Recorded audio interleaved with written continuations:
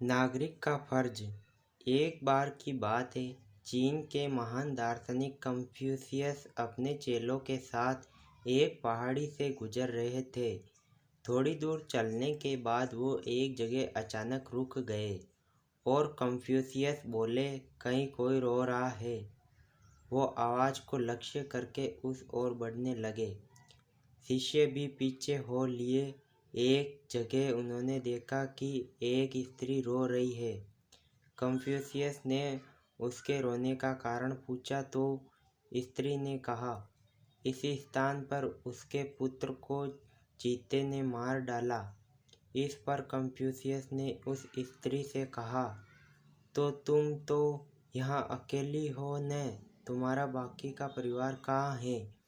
इस स्त्री ने जवाब दिया, हमारा पूरा परिवार इसी पहाड़ी पर रहता था, लेकिन अभी थोड़े दिन पहले ही मेरे पति और ससुर को भी इसी चीते ने मार दिया था। अब मेरा पुत्र और मैं यहाँ रहते थे और आज चीते ने मेरे पुत्र को भी मार दिया।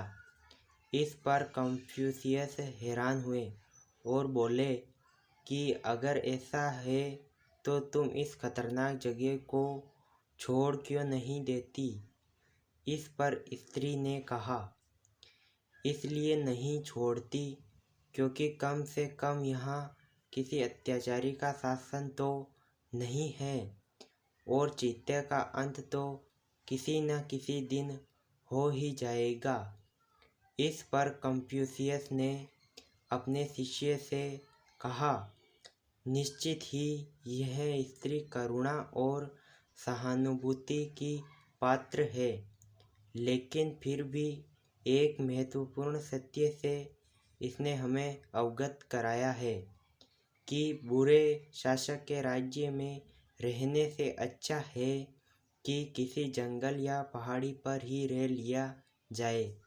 जबकि मैं तो कहूँगा, एक समुचित व्यवस्था यह है कि जनता को चाहिए कि ऐसे बुरे शासक का जनता पूर्ण विरोध करे और सत्ताधारी को सुधारने के लिए मजबूर करे और हर एक नागरिक इसे अपना फर्ज समझे।